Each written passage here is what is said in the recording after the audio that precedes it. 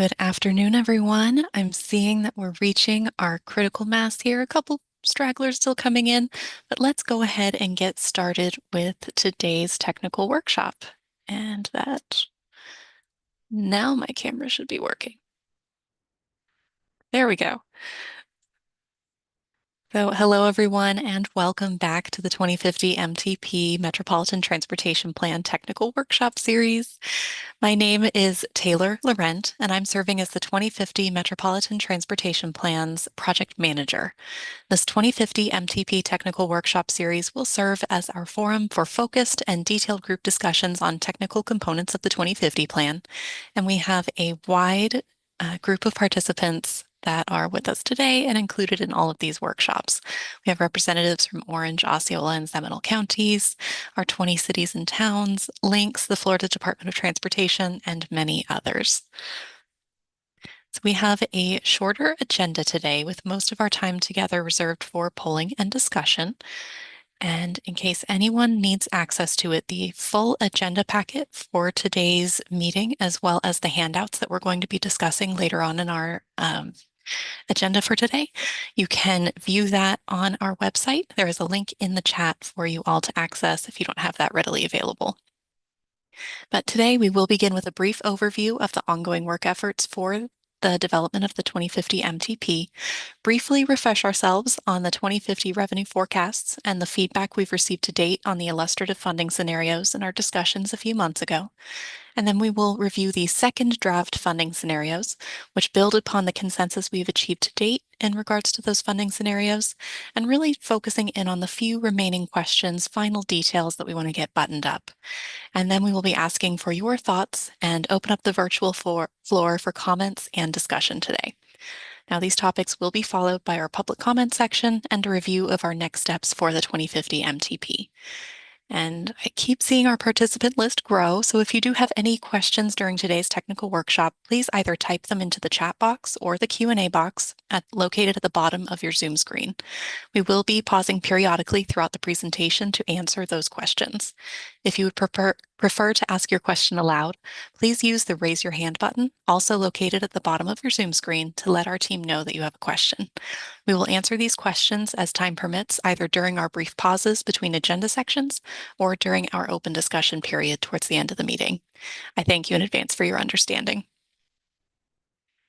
So with that, let's go ahead and dive right in. So we are continuing our coordination with FDOT on the development of the Central Florida Regional Planning Model. The new schedule for the model's development has been completed and work has resumed on that project. So we are currently reviewing the 2022 base roadway network, including the traffic analysis zone structure, and are going to be providing our comments back to FDOT and the model team in the next few weeks. We are also wrapping up many of our technical reports and MTP documentation, and these will be published to the 2050 MTP website as they are completed.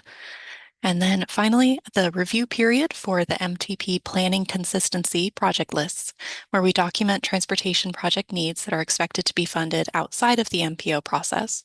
Now, this could be through the use of toll funds, local funds, developer agreements, discretionary grants, or any other sources. That's not an exclusive list. I will say thank you to those who have already submitted your comments from our local government agencies. We are actively reviewing those comments that you've submitted and will follow up with you directly if we do have any questions. If you have not already submitted your comments for this particular review, please take this as a friendly reminder that your comments are due tomorrow, June 13th. So with those housekeeping items kind of out of the way for today, we'll be switching our focus from our more general updates to the 2050 revenue forecasts and our funding scenarios, and kind of setting the stage for our conversation today. Now, there are four primary types of funds or buckets of funds that are represented in the 2050 MTP. The first bucket on the far left-hand side of your screen is the federal and state funds that are eligible to be used on the state highway system. This represents just over $1 billion over the next 20 years and is eligible to be used on new roadways, construction, roadway widenings, urban corridor improvements, operational solutions, active transportation projects, and other type improvements like that on the state highway system exclusively. Then our second bucket, on second from the left, are federal funds for other roads, either for uh, other state highway system priorities or non-SIS projects. This represents $184 million over the next 20 years, and projects are selected collaboratively with the state and FDOT as well as Metro Plan Orlando. The third bucket from the left represents the federal funds for Metro Plan Orlando priorities. This represents $683 million over the next 20 years, with project eligibility to use those funds based on the MPO funding policy as voted upon by the board. And then the last bucket from the far right, you'll see that this is for federal funds for transit. This represents $383 million over the next 20 years, and these are formula funds that are allocated to the Regional Transit Authority based on their annual reporting and performance. Now, looking at this over a 20-year planning horizon, that seems like a lot of funding, and it is.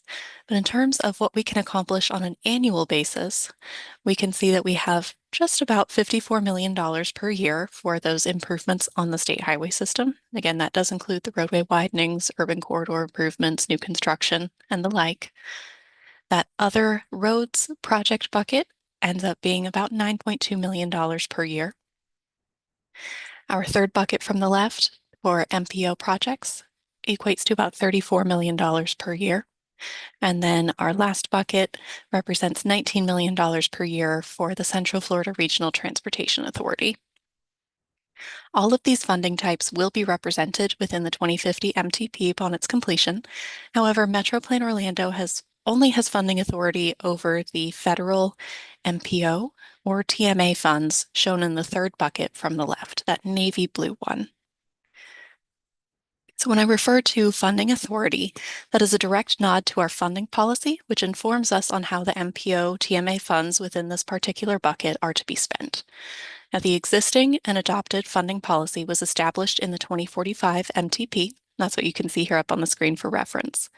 The funding policy basically represents even smaller buckets that we use to subdivide the MPO funding to be able to implement transportation improvement projects within our region. Now, as we work together to develop an updated funding policy for the 2050 MTP, and we review our various scenarios of what that policy could look like, the new policy will continue to only apply to this single funding bucket. A little bit of a look back, we hosted the 2050 MTP Summit on April 9th, where over 100 of our board members and advisory committee members heard from both our board chairman, Commissioner Delary, and our executive director, Gary Hudman. The summit focused on how far we've come in the development of the 2050 MTP and what we've learned both technically and through stakeholder feedback up to this point.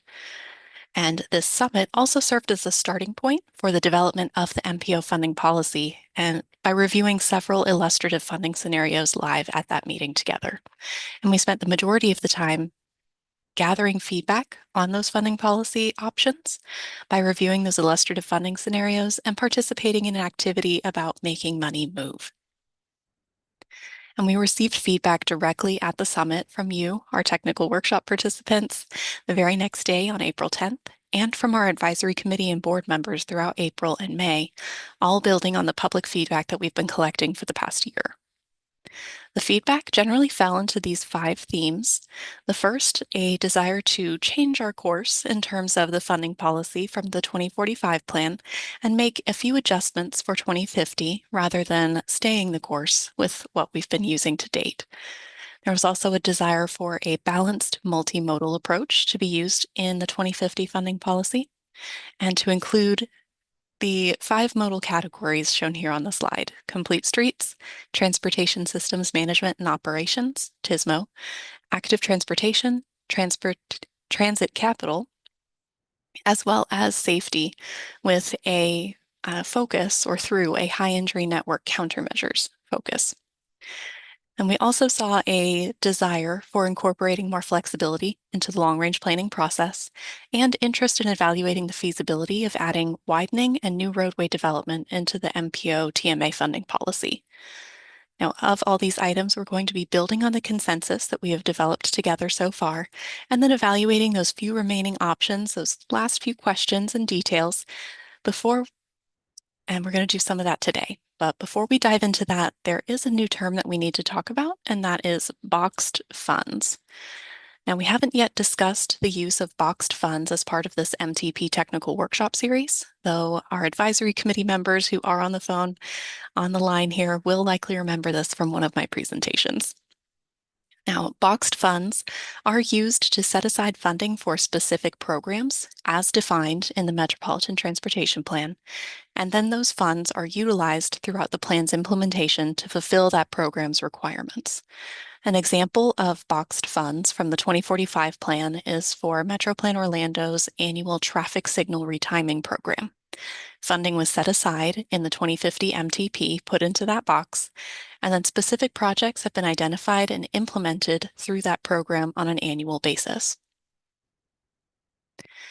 Now, today you will be seeing a few boxed funds in the funding scenarios we're going to discuss, and they are located within specific modal categories for purposes of developing the MTP funding policy for 2050. These category-specific boxed fund amounts may vary by scenario, so we can compare the outcomes of what can be accomplished with those differing amounts of funds within those sub-boxes for those modal categories for each of these potential programs. Now, if boxed funds are incorporated into the 2050 plan's funding policy, then we will need to develop specific program requirements to establish those and incorporate them into the 2050 plan itself, and then develop specific requirements and procedures for how we would access the funds for each of those boxes. So being able to access those funds, how do we get them applied to a project? That will likely include the need for project applications to be submitted by local agencies to be able to compete for those limited funds that are put into those boxed fund programs that could potentially be on an annual basis. And we would also likely have a project selection process to be coordinated through Metro Plan Orlando's Technical Advisory Committee as part of the prioritized project list annual update process. Now, if this option is pursued to include boxed funds and incorporated into the 2050 MTP funding policy, then additional information and specifics about what this process would entail will be developed and distributed later this year. So do we have any questions so far in today's meeting with what we've gone over? As a reminder, please use the raise your hand feature located at the bottom of your Zoom screen to be recognized, or type your questions directly into the chat or the Q&A box. I'll wait a few seconds here. I'm not seeing anything new in the chat and no hands raised. So it looks like we're all ready to go. We're ready to dive straight in. So with that, I will turn the presentation over to Allison Flewitt, who will be providing us with an overview of the second draft funding scenarios. Allison? Thank you, Taylor. Oh, Allison, actually, right before you go, I apologize. The hand was just raised. Arturo, you're recognized.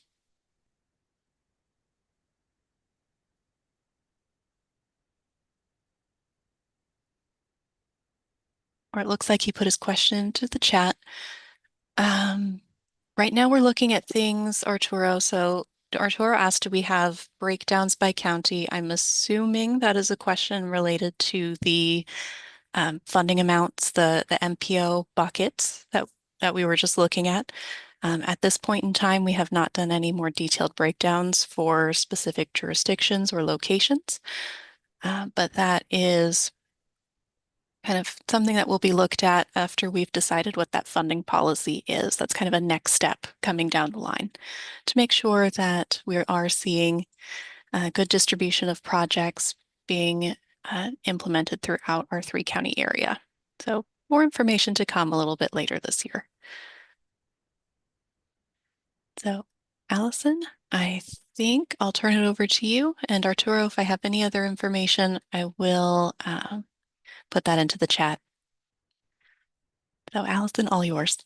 All right, thank you, Taylor. Okay, and thank you all. I'm excited to be back talking with you about the second draft of our funding scenarios.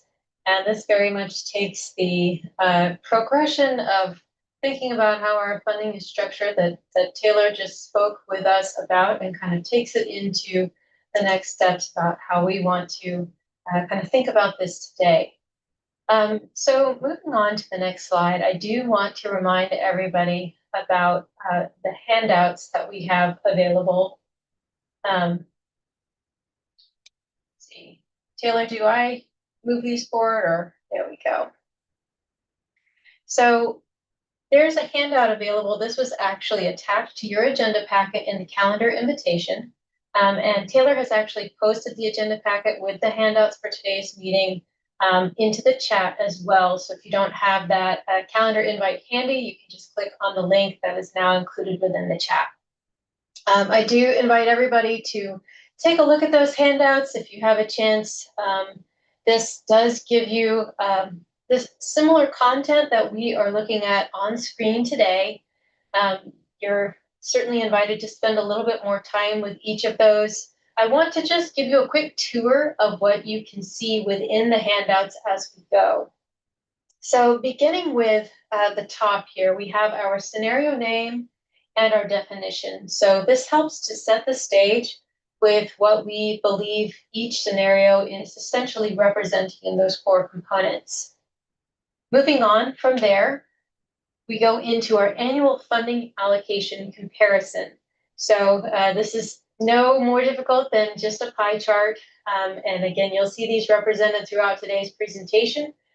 Just comparing how we think each of the scenarios are stacking up. And you'll see that represented both in a percentage of funding allocation as well as that annual dollar amount. Moving on, we also have our scenario modal category ingredients. And these are giving you a little bit more information about all of the modal categories. These are consistent categories against all of our scenarios. And so you'll just get a little bit more information about what is featured within each one of those. Those could be the project types that are going to be featured there, or in some instances, even talking about some of the box funds that Taylor mentioned as well. From there, we move into our relative support of the MPO goals. This is just a simple way of looking at how we are doing in comparison to our MPO goals.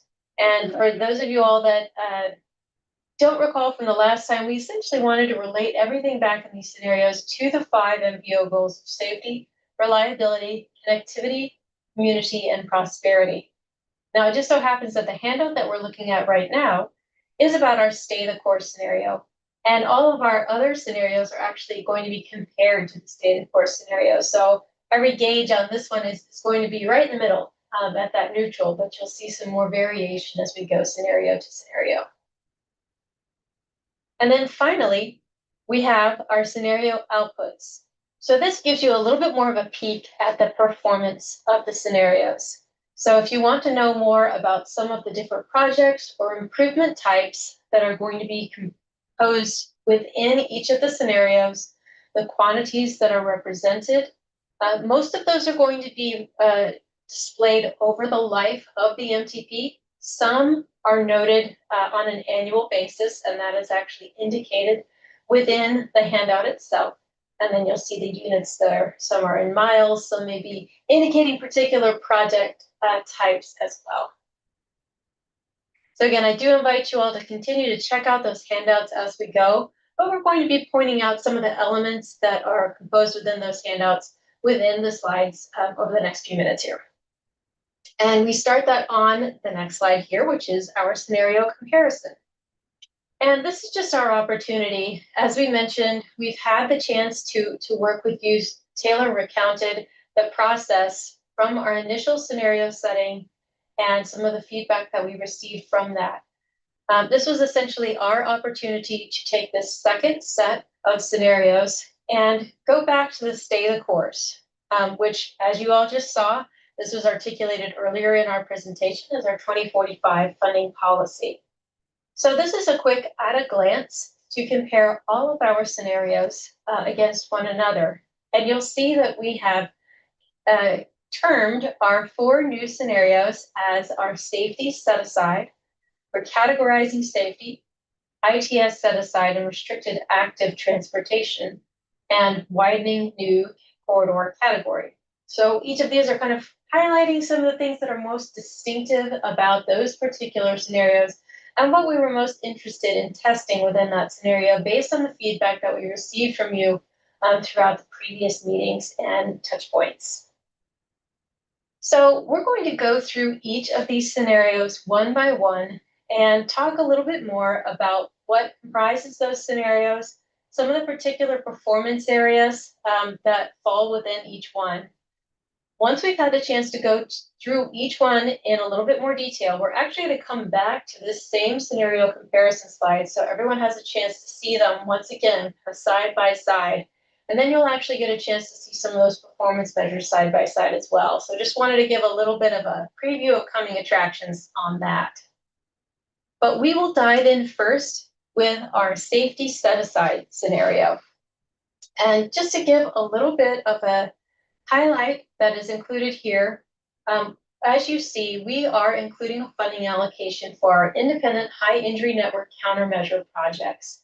That is what is represented in that the lavender color up in the top left. Is 26% of our category that's being represented specifically for those high injury network countermeasure projects in this scenario. Now, when we compare that to what we had established in our state of course, that does result in a reduction in funding for active transportation, complete streets, urban corridor improvements, and transit capital. Just incorporating that new category, we do need to make adjustments to be sure that we are still adding up to 100%.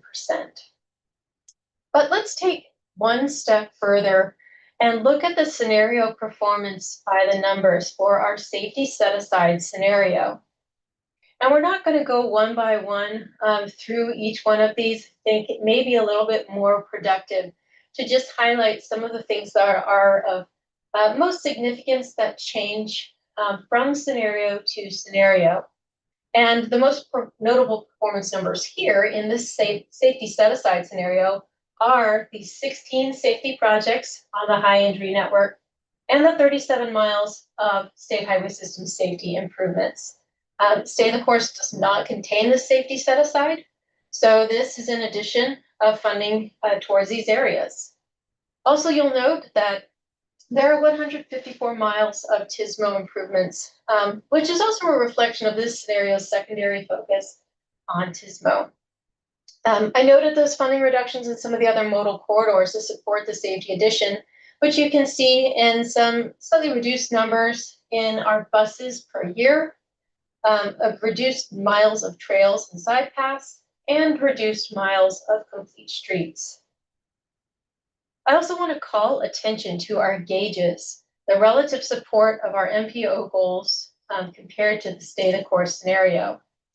And when you take a look at that, what you can see is that we do have an increase in our performance for safety, reliability, connectivity, and community.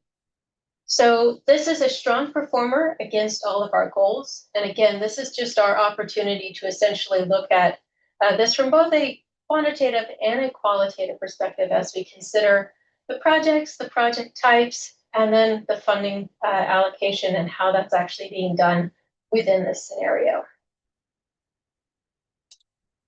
Moving on to our next scenario, recategorizing safety. So this is taking a different approach to safety in that we no longer have that high injury network countermeasure set aside. Instead, those high injury network countermeasure projects have actually been recategorized into relevant modal categories. So what you'll see are the same categories as what we had in our state of course scenario, but instead they essentially have had a reallocation that has been done proportionally to where those high injury network projects were recategorized to. What that resulted in was an increase in funding for complete streets and urban corridor improvements, as well as TSMO. So let's move on to the next slide to understand what that means in terms of our scenario performance. And of course, I will call attention to the safety projects on high injury network and the miles of state highway system safety improvements, which of course do show as 0 in this instance. However, safety projects that have been categorized into our other modal categories, such as complete streets and TISMO, they are continuing to be funded. So you'll see that actually manifest in an increase in our miles of complete streets and also our intersection improvements. I'll also note when we think about the relative support of MTP goals compared to staying the course, that this scenario does result in an increase in performance for our reliability, connectivity, and community goals. The lack of a safety set aside causes the performance against the safety goal to remain neutral. So let's look at this particular scenario in a little bit more detail on the next slide. And we've taken the opportunity to look at our top 10 safety prioritized projects. So again, these are those high injury network projects that have been prioritized through the MTP process at the very highest levels. And you can see where we're talking about perhaps in our previous scenario, those would be the types of projects that would be considered for that safety set aside category. Now you can see on this table, just kind of orienting everybody to what's actually included here, you have that safety rank, and then you'll see complete streets rank, active transportation rank, and TISMO rank. All of those actually have an asterisk after them, and those are our relevant modal categories. So what we were interested in taking a look at was understanding for a safety project that might have been considered as part of a set aside in another scenario where that was present. What does that look like in a recategorized scenario? And you can see that all of our top 10 safety projects also fall within the top 10 of their relevant modal categories. But I also want to point out those asterisks and what those mean, because under this scenario, the high injury network countermeasures would be implemented after all of our legacy projects are fully programmed. So that's a difference from our first safety set aside scenario. So in other words, this scenario basically indicates that all phases of in progress projects, so let's say design may be programmed for that project and construction still needs to be programmed, that would be fully completed before new project priorities would be implemented from the 2050 MTP. So that is a notable change in terms of the speed in which we would be able to advance some of these safety projects.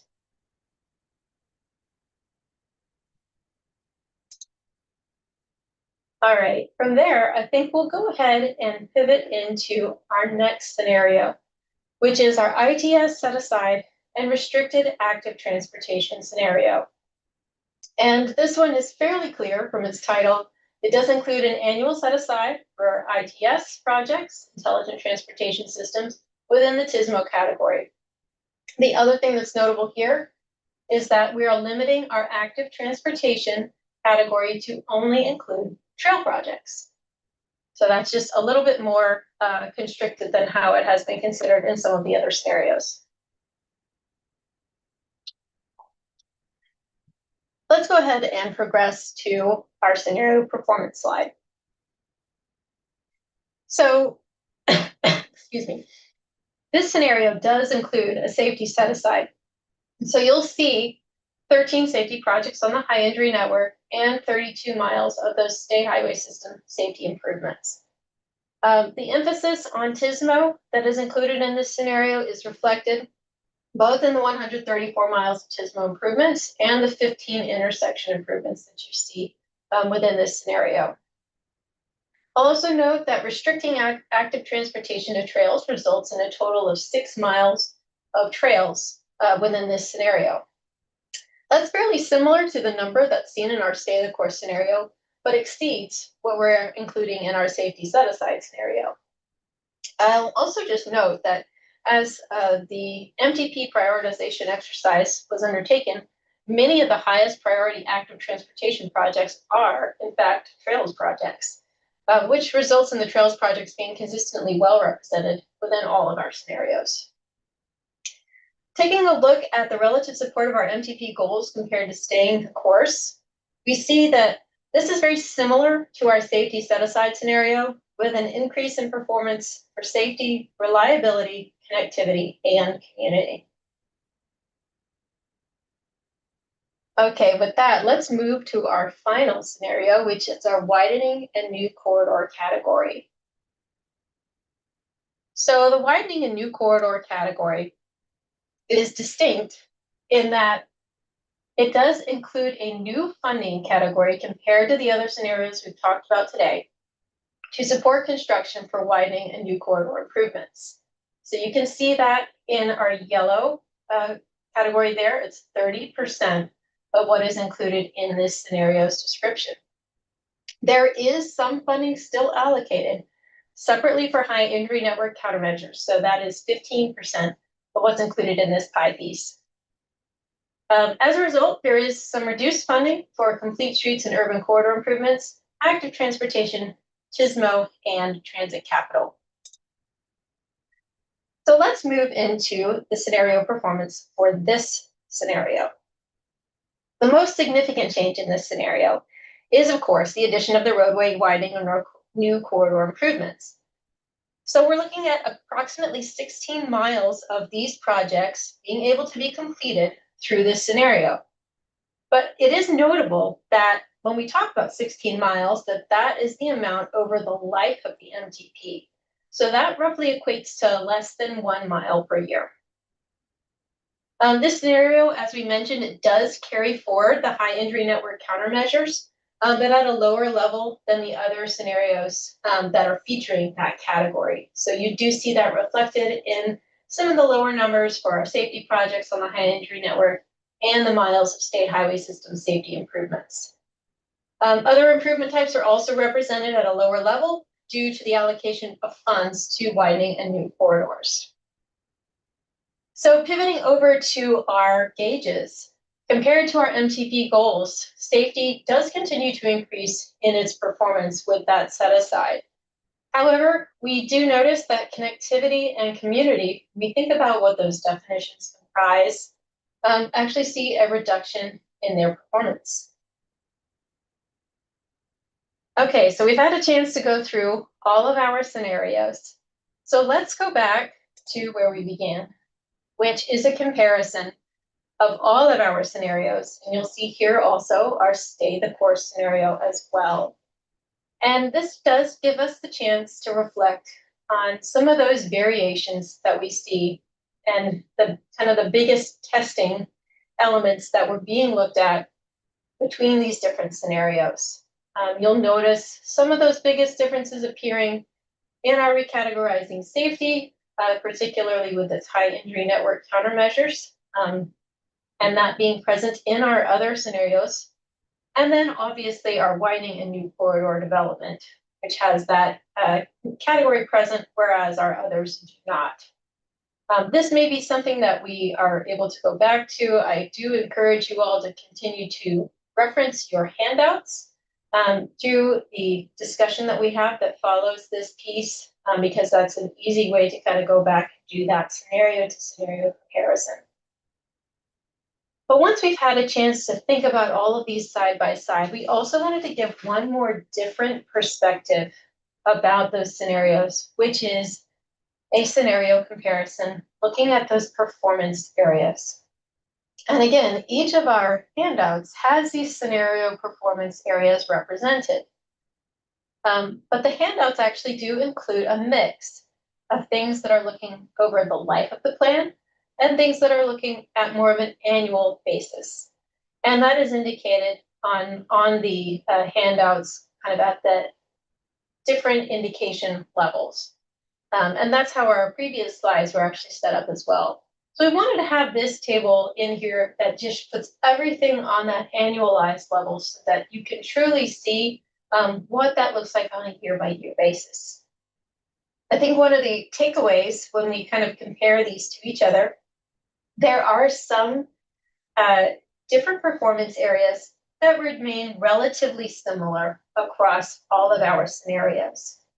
For instance, the numbers of signals retimed has remained the same, consistent across all of our scenarios. You do, however, start to see more significant variations as you get into things like our safety projects along the high entry network, our projects on the state highway system, our miles of complete streets, our numbers of intersections improved, and even our miles of TISMO improvements. So this is a helpful reference as you go through and reflect on what may be important to you and how that is being accomplished within our various different scenarios. So with that, we want to open it up to the group to hear from you all if there are any initial questions or thoughts on the revised scenarios.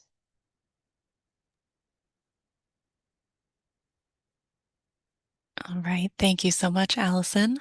As a reminder, everyone, please use the raise your hand feature located at the bottom of your Zoom screen to be recognized, or type your questions directly into the chat or the Q&A box. And Allison, I did see one come in through the chat, so I'll read it verbatim here. In determining the support of MTP goals for each scenario, was this a quantitative or subjective analysis, or quantitative or qualitative, or a combination thereof? For example, in the widening scenario, while there are still dedicated safety projects, one could argue that widening projects could lead to poorer safety outcomes, offsetting some of the benefits from the other project types. That question was from Kelly Brock. And Taylor, I'm happy to take the first swing at that. Yep, you're welcome to. And I see a ditto from Brian Sanders. So very curious about this question. If you want to get us started. Great. Yes, a great question. So yes, in determining the support of the MTP goals for each scenario, this was a combination of both looking at quantitative measures and qualitative. And just to give a little bit more explanation of what all went into that, what we have within our scenarios themselves are a blend of specific projects that are actually being prioritized and constrained. We also have some of those box funds that Taylor mentioned, which help us understand the types of projects that are going to be able to be advanced. So in those instances, we may not have specific numbers, let's say, emanating from those projects that say, hey, we know that this is going to yield this or that or the other thing. And so we need to then kind of draw conclusions based on what we think we may be able to get from those project types. So we're essentially combining all of those different things to be able to arrive at that blended type of MTP goal performance. So definitely that blended qualitative and quantitative. Thank you so much, Allison, and hopefully that answers your questions, Kelly and Brian. If not, please add in some extra information in the chat and we'll do what we can to help clarify. And I see that there was a note from Christina. You can't quite find that raise your hand button. Let me see if I can find you, or Lisa or Rachel, could you please unmute I'm, Christina so she can can you ask her hear me? question? Oh, yes, we can. Okay, yeah. Hi. So, yeah, I appreciate the comments on the widening. I agree with Brian. I didn't feel like there was consensus on the widening even in our discussion. So I'm kind of surprised to see that it's still something that we're talking about. But I do like the safety set aside and the ITS scenario. One of my questions is related to the high injury network, and if that is something that will be sort of reassessed on an annual basis, like as we do projects, does the high injury network, the different corridors change? Or is that where we're committing to, okay, whatever the high injury network is today, that is the high injury network for the life of this 2050 plan? Mm-hmm. So as of today, we're using the high injury networks that we have developed just recently through each of our Vision Zero Safety Action Plan developments. If and when projects from those high injury network lists are ready to move forward when funding's available, they're highly prioritized, and the project is ready to go. That's when we have a discussion to make sure that that is the right project, the scope is listed out correctly prior to programming. So that way we make sure that it's adjusted for the times, whether we're doing that process 1 year from now, 5 years from now, or 10 years from now.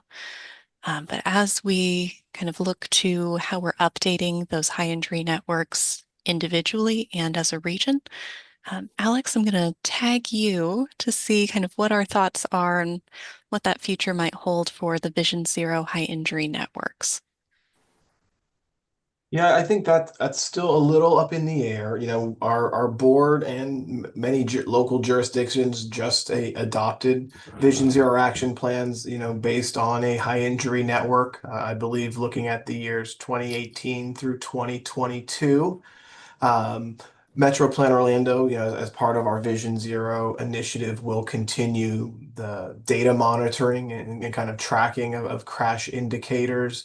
And I think in our monitoring will warrant whether we need to revisit updating the high injury network, but it was not our plan to annually update the high injury network, uh, just based on the trend data that was conducted with the original SS4A grant. So this would look at those not just the high injury network, but the projects that were identified as part of the regional Vision Zero action plan, as well as the county and municipal level plan. So each of those plans identified eligible projects, and those are the type of projects that would be uh, considered. As it relates to Metro Plan Orlando's safety planning processes, we intend to update our regional action plan in line with our metropolitan transportation plan and other modal specific plans in preparation. So we'll likely see a comprehensive update of our safety action plan starting in a few years to align with a 5-year planning horizon. So Alex, do you see any problems? Do you foresee any problems with us, making a high injury network modal category, based on what, I guess what the high injury networks are defined as right now? And um, I guess, do you foresee any issues over if that doesn't get updated or evolve over the next 5 years? Like, I don't know. I'm not foreseeing the problems. I'm just trying to figure out if there's a landmine here of us making this a category. And in my mind, those are very defined corridors. But as we do projects and get them completed, then there's, maybe a different corridor that's the high injury network. No, I agree And and, take and that into understand. consideration. Totally understand where you're coming from. I think purposes of the 2050 plan and knowing that we will be, this is a continuing planning process, so we will be updating our safety action plans as well as our long range plans. It's a continuing process that happens every 5 years. So I think that's built in. Mhm. And a lot of our thinking around the safety set asides would allow our technical advisory committee to look at projects on an annual basis, likely to make sure Mhm. that we're implementing the most critical of needs and we're not identifying, what's the safety project for 2050 to make sure that we can be agile to the safety circumstances. Mhm. Okay. And I also wanted to respond. I know there's a couple comments about the widening category. This was something that we have received varying feedback from, I would say, from our technical advisors. Um, the feedback has been to exclude that as it relates to using the funding for TMA or kind of the MPO specific funds, similar to our existing policy, the stay the course. As this has been presented to the board, there was not consensus, but there was interest in the board to explore a category or a scenario that did include the use of federal MPO funds for widening. It is an eligible expense, so that's why it's still on the table, not one that we're promoting necessarily, but as we're going through this financial funding scenario exercise, it's something that it was raised by a few board members, and it's something that we are bringing back to them for consideration. Um, but I think seeing the comments that we have here, that's part of the feedback loop. This technical workshop will feed into our next advisory committee process where we can continue to relay that feedback that we're hearing along the way. So hearing that here, and if others share that, this is an important feedback loop for us as we're iterating and giving our board sharing with our board of directors, what our technical advisors and as well as our citizens advisory committees have to offer. So this is a natural time for you all to share perspective and opinion, feedback on each of these scenarios. What do you love? What do you hate? What do you have questions about?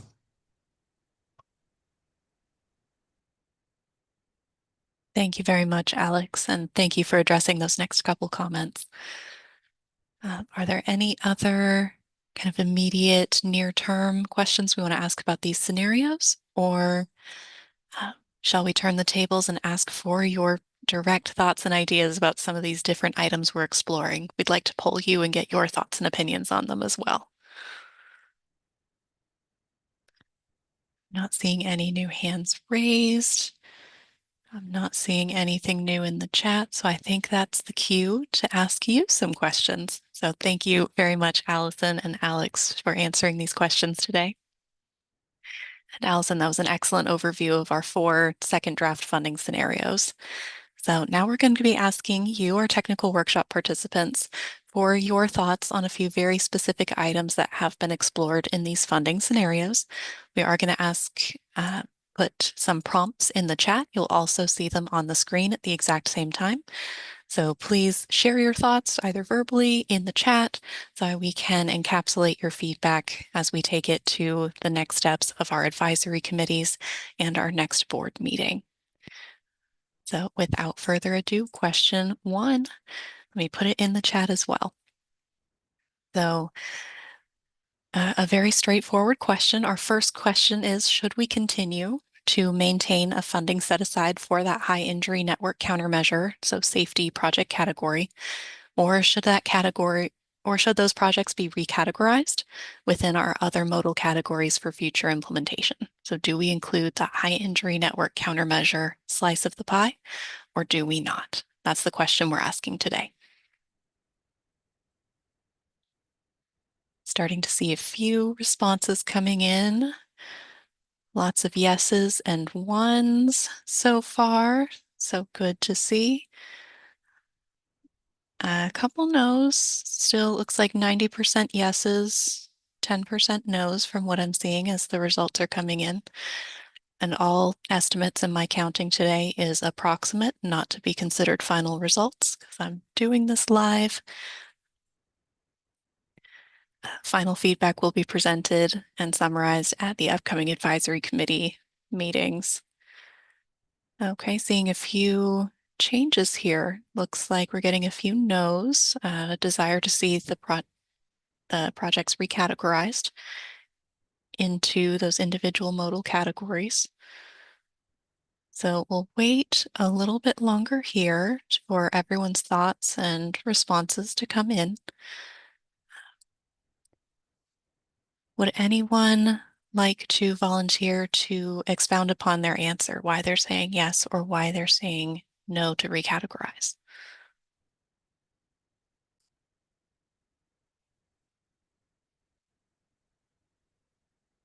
I think that is a solid no for not seeing any hands raised as volunteers. So we'll wait another 30 to 45 seconds. We'll let the rest of these responses come in before we switch over to our next question. Taylor, Yes. Hello, Christina.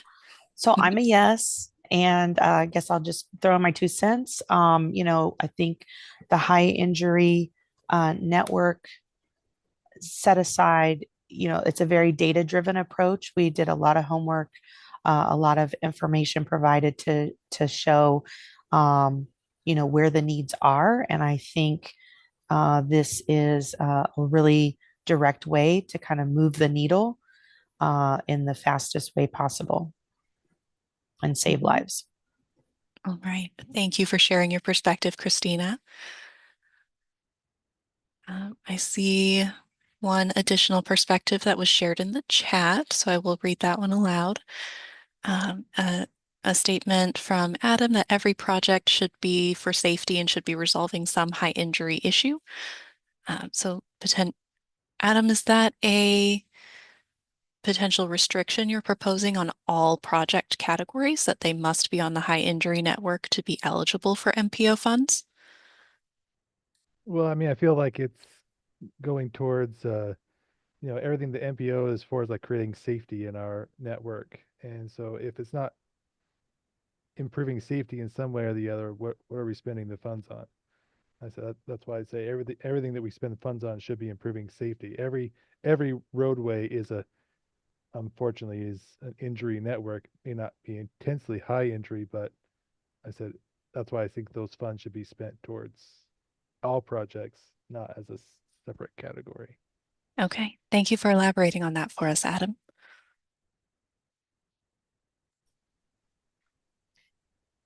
Okay. And I would comment that I do agree with Adam, that every project that we do should be a safety project. And I like that we are not calling it, a safety category, because all the categories are safety related. And I appreciate that it's high injury network category versus a safety category, because I think really in the way that the current funding policy is, if I recall, I know that the stay the course doesn't really show it, but I thought, if I recall, there was a safety bucket. And I didn't particularly like that because of what Adam mentioned. But with the specific high injury network category, um, I'm good with that. Okay, thank you, Christina. I see a few comments agreeing with Adam. It looks like another one from Jean. It looks like Jean is expressing her support for including a high injury network category. And Jean, if I am misrepresenting your comment, please raise your hands. That way we can correct that. But it does look like our responses are slowing down. So I'm assuming everybody has input their response into the chat at this point. Last call for any final responses before we move to our next question. And if for some reason you want to respond to a previous question, just make sure in your response that you indicate which question you're trying to answer if we do move on to questions 2, 3, 4, or 5. All right, not seeing anything new, we're going to go ahead and move to question 2 for today. Another kind of direct question. We explored through these funding scenarios the potential of an intelligent transportation systems set aside, so one of those boxed funds. So we're asking, from looking at the scenarios we explored today, should that ITS set aside be included in the funding policy for the 2050 MTP? Yes or no?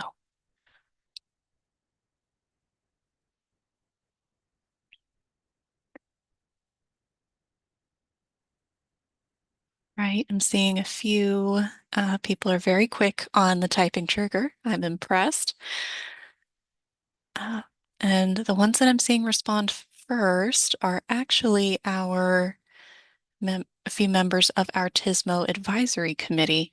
So I would invite Maria or Hazem to kind of share their perspectives, because one of you is saying yes, the other is saying no. So I'd be very interested to hear your perspectives on these items. Good afternoon. Yeah, I said no because I support the current funding levels with for TISMO, and I think more funding should be set aside for complete streets and uh, intersection improvements in particular, and that in turn will improve safety as well.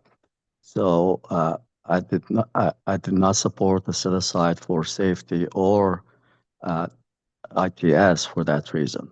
I think we should focus more on complete streets and intersection improvements because they do improve both operation and safety. Mhm. Okay, thank you for explaining that perspective. I do want to clarify that this ITS set aside would be a boxed fund within the TISMO modal category.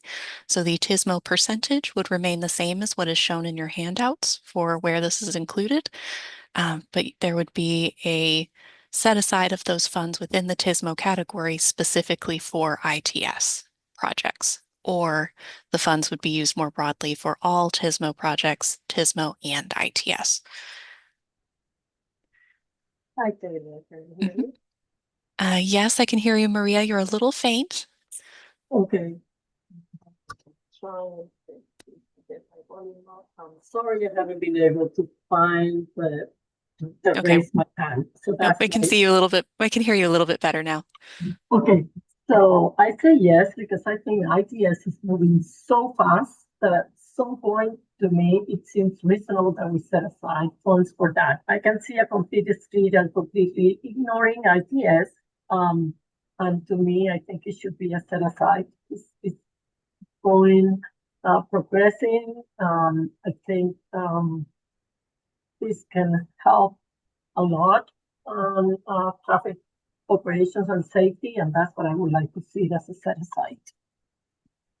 Okay, thank you for sharing your perspective as well, Maria. Mhm. And kind of quickly scrolling through the responses, it looks like we're seeing about a 50-50, 60-40 response rate on this one. So this is a little bit divisive for you all. So I would invite more people to respond to this item because it's, when I say 60-40, 60% leaning towards the no for what I'm seeing here. So off the cuff. So we'll leave this open for a little bit longer and I would Taylor, invite, oh, go Taylor, ahead. if I could add, this is Alex. And just for those listening in, this topic was one of those player choice items from our board and committee summit where there was a desire or acknowledgement for more investment in transportation technology. So that's why we're prompting this specific one. Whether there should, as Taylor acknowledged, a set aside for technology specific TISMO solutions versus a more broader approach to, anything TISMO that the TISMO Advisory Committee advances. So an opportunity here, we're responding to the initial feedback we received from the board and committee summit, but definitely welcome the context really helps us in making recommendations to the other advisory committees, but more importantly to the board as we're cleaning up and trying to refine and get to one scenario. Mhm. Thank you so much, Alex, for that additional context for kind of where this question came from and why we're exploring it. I'm still seeing a few answers trickling in, so we'll wait a little bit longer on this question, make sure everyone's able to get their responses in. So that way we can summarize this feedback and bring it up at our advisory and board committee meetings. I have a comment. It's interesting that the scenario outputs, the high injury network kind of safety scenario completes more TSMO ITS corridors than the ITS set aside scenario. Mhm. And that one, Allison or Christina, would you be able to kind of provide a little more context in terms of those output responses?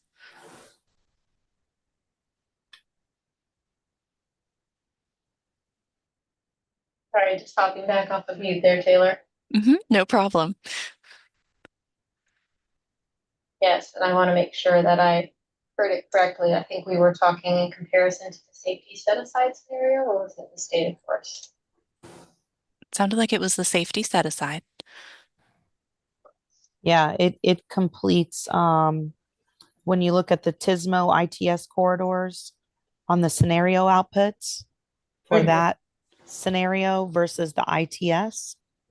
The safety completes more TISMO and ITS projects than the ITS set aside scenario. Yes, so when you look at the two scenarios in comparison, what we are looking at for the TISMO is actually an average per mile estimate, so not actual projects. And the TISMO ITS set aside, that is it's often a little bit smaller scale. Um, so, and Christina, you may even be able to explain this better than I can. But what we were kind of looking at with the set aside was averaging some of our types of ITS projects that we most often see. And that average annual amount is a little bit higher than some of our typical TISMO specific projects. So that's why in the safety set aside, we're actually looking at some specific projects. They happen to be a little bit smaller scale. Those are the ones that managed to get kind of funded first. When we had that ITS set aside, that is an average annual number that is included for that set aside.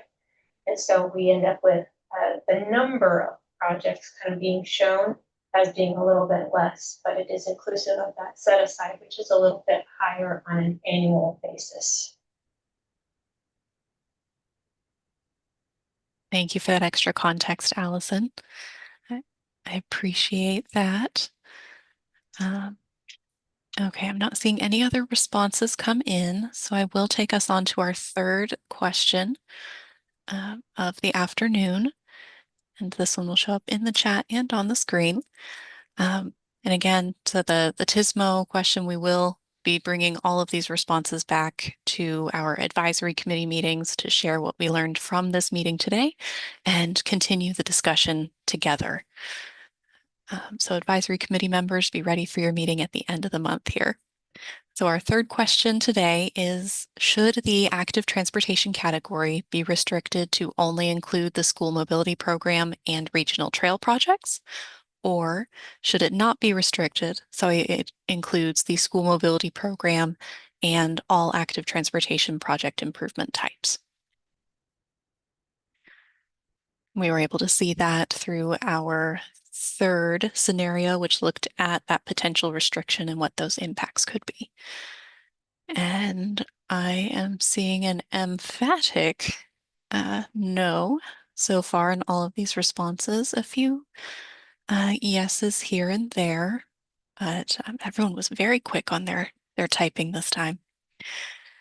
Um, would anyone care to share their thoughts on why they're saying yes or no to this particular topic? Feel free to raise your hand or go ahead and unmute yourself to be able to share your thoughts.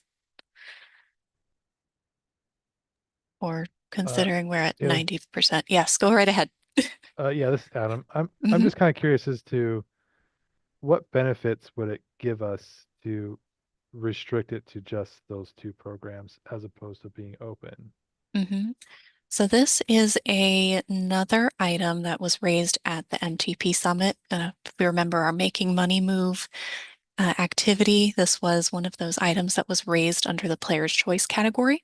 So the open free response. There was a strong desire to see more expensive regional projects being funded through MetroPlan Orlando's funding process, rather than using other types of funds to be able to do those larger scale projects. But there was also a bit of a desire to see smaller projects that may be less than $1 million or so could be more easily progressed through other funding mechanisms. So this was an opportunity to be able to explore what the potential implications of either option could look like from the regional perspective from the MPO process.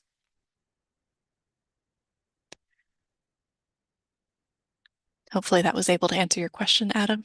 So it's more of why are we exploring the question? Yes. Yeah, that's fine. Hmm. I almost felt like in this particular case, I feel like with those same things, with those boxed funds, if we really going to say, hey, we want to dedicate so much to these projects, to say, we're going to have, we would have like, you know, 10 boxes that would fund just those 10 projects every year, move it on, and then everything else is going someplace else. But that's the only reason I was asking, is because I didn't really get the purpose, because any of the funding, if we're going to spend it on active transportation, it's most likely going to include one of those items anyway. Well, Hmm. Okay, thank you for sharing your thoughts and questions, Adam. I think we all appreciate it. And it looks like of all the responses that have come in, if I am scrolling through and reading these responses accurately, we've received all no's and 2 yeses of everything that's been submitted thus far. So we'll be able to bring that feedback to our advisory committees in their upcoming meeting cycle here at the end of June and early July to be able to share that feedback directly with our advisory committee members and our executive board. So I'll wait another 10 seconds or so for any final responses to be added. So we can include your feedback in that summary to our advisory committees and board as I prepare the next question to go into the chat. Okay, not seeing anything new or new hands raised. Let's go ahead and do our next question. So this is a bit of a clarification question for our active transportation school mobility program box. So that there's been some recent changes in legislation to potentially include the term hazardous walking conditions in the definition of what would be required to implement a school mobility project. So we wanted to ask, should that new phrasing, hazardous walking conditions, be included in that school mobility program definition? Or should a new hazardous walking conditions box be created under the active transportation modal category to address this change in policy?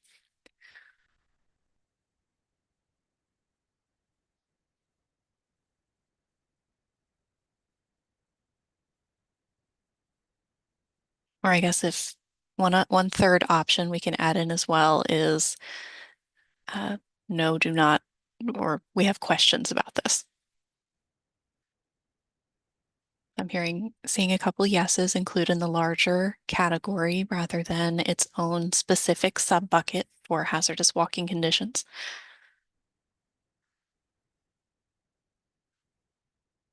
So we can have a slightly more broader boxed program, so school mobility program and hazardous walking condition areas.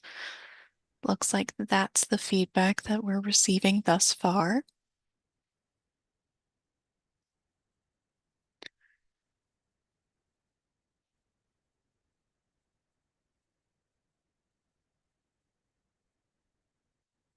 Okay, still seeing a few yeses.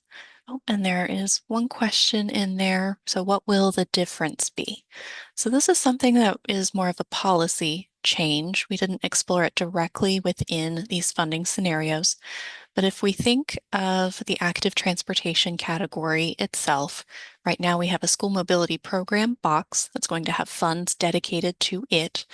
And we're asking, should that box be expanded to include school mobility program and hazardous walking conditions? So expanding the types of projects that could be eligible for funding through that particular box. Or should we have a school mobility program box and then a second hazardous walking conditions box, and then any remaining funds after that under the active transportation category would be used for other active transportation improvements? So I hope that was able to answer your question, Maria, in terms of what the differences between these two options could be.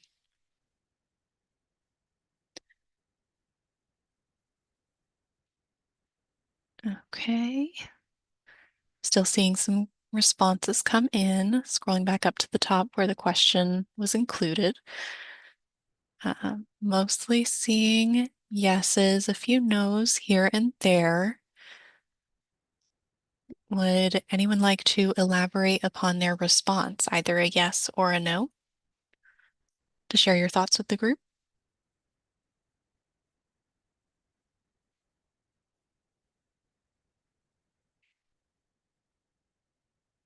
Or we have some very emphatic responses, and the yes or the no is all we need today. Okay. Oh, Alex, thank you.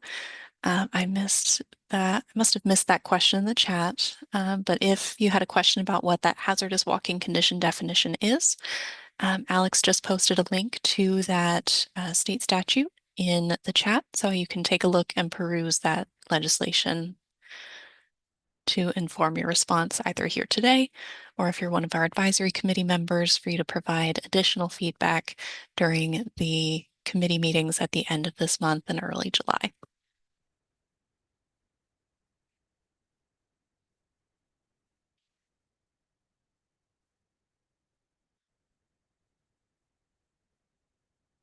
Okay, we'll give it another 30 seconds or so, let the rest of these responses come in. Again, we're getting your feedback today, so we can use that to inform our conversations that we'll be having with our advisory committee members and our board during their next meetings here at the end of June and early July.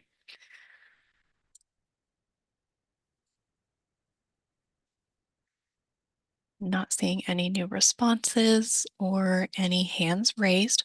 We'll move to our last question of today. And based on some of our conversations that we've already had, I think everyone's answers will be very quick to type into the chat here. There we go. Okay. So our last question for today: should the MPO TMA fund be used for widening or new roadway corridor projects through the creation of a widening or new corridor category? Or should these projects be primarily addressed through state funding opportunities, as we talked about those 4 buckets at the beginning of the presentation today?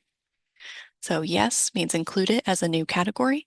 No means that it would not be included as a new category, and widening projects would be explored through other funding opportunities outside of the MPO.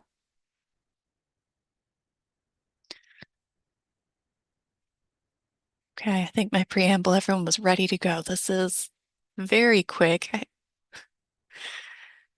Seeing a few yeses, a few nos, and absolutely no. Oh, all caps are coming out. Everyone has very strong feelings on this topic. So thank you for sharing your feedback with us today.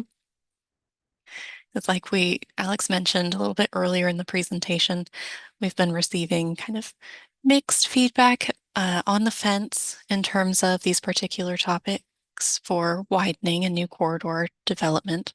And this was a topic that was specifically requested by the Metro Plan Orlando board to see what could occur if it were to be included in the funding policy. So we will be taking the feedback that we hear from you today, taking it through our advisory committee meetings, and presenting it to our board as well.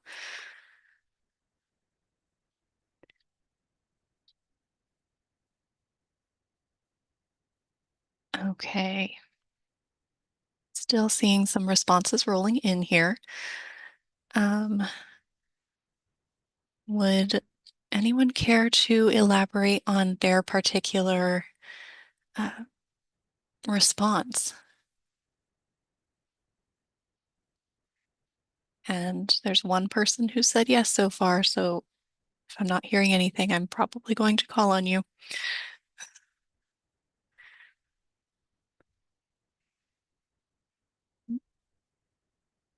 Okay, still seeing some very strong no's throughout the chat. Would our person who responded yes care to share their thoughts upon kind of why they would like to see this as a new category?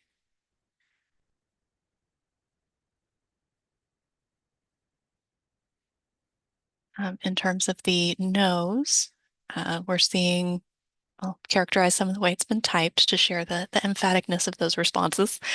But I see Jean mentioned that she would prefer to see these widening or new corridors projects funded using those state funds that we talked about earlier in the presentation.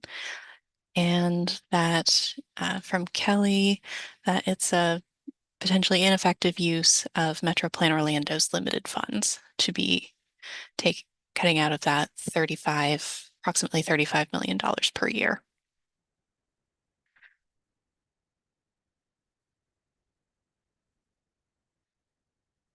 Okay. I'm going to leave this open for a little bit longer, allow the rest of the responses to come in so we can include your feedback for our advisory committee meetings here at the end of the month and our board meeting at the beginning of July. I do say thank you, everyone, for sharing your thoughts and opinions on these items so we can share your feedback and work towards building consensus on these last few questions. Seeing a few suggestions in the chat with other opportunities for funding these widening projects. So I'm glad to see some brainstorming happening there.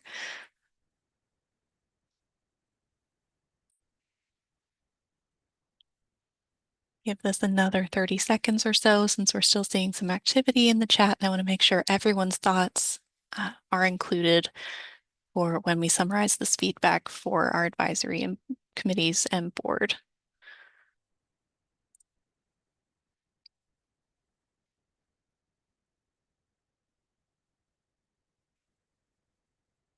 Okay, not seeing any other changes here in the chat. No additional hands raised. We'll close out this question. I'm saying that slowly, allowing anyone who's typing to be able to get those responses in. So I say thank you, everyone, for your feedback and your responses to these questions. We will be taking all of these results and summarizing them, as I've been saying kind of throughout this, but I'll revisit that on our next step slide here in a moment. But before we move on to talk about those next steps and what happens after today's meeting is concluded, are there any other final questions, final thoughts, other items that you had questions about that we want to make sure that we discuss today while we're all together? So either please use the raise your hand feature located at the bottom of your Zoom screen, or type your questions directly into the chat and we'll address them together.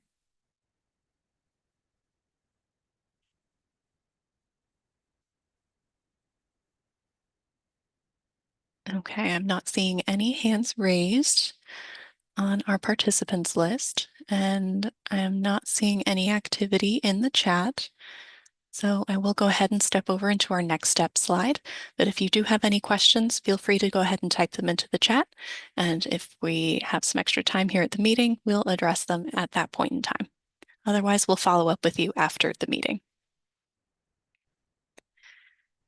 So we've been mentioning a couple next steps, but I will start again with reiterating thank you for your feedback today. We're going to be summarizing those recommendations and your recommendations, your thoughts, your perspectives on these questions and presenting them to our MPO board and advisory committees in a few weeks here in late June and early July. And then after that point, once we've collected that additional feedback and instruction from our advisory committees and board, we're going to be implementing that feedback to develop a recommended funding scenario. And we will also be developing a preview of the 2050 MTP cost feasible plan, which will be based on that recommended funding scenario. So you'll see the results of the MPO funding policy implemented at that point in time, but also see the planning consistency items.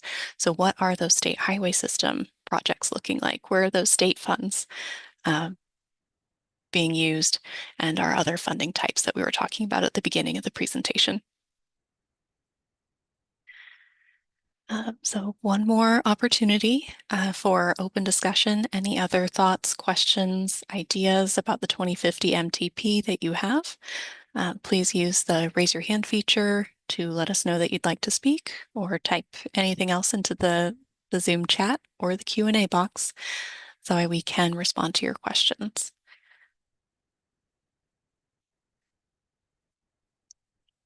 Seems like everyone's ready for those advisory committee meetings. So we'll go straight ahead into our public comment section. So now we'll open the virtual floor for our public comments. If any members of the public wish to make a comment, please use the raise your hand feature in Zoom or dial *9 on your keypad if you dialed in by phone. And after you are recognized, please state your name and address and give your comment within 2 minutes. You may also type your comments into the Q&A box or email them after this meeting to mtp@metroplanorlando.gov. Lisa and Rachel, I will ask, are there any public attendees who've raised their hands to speak today?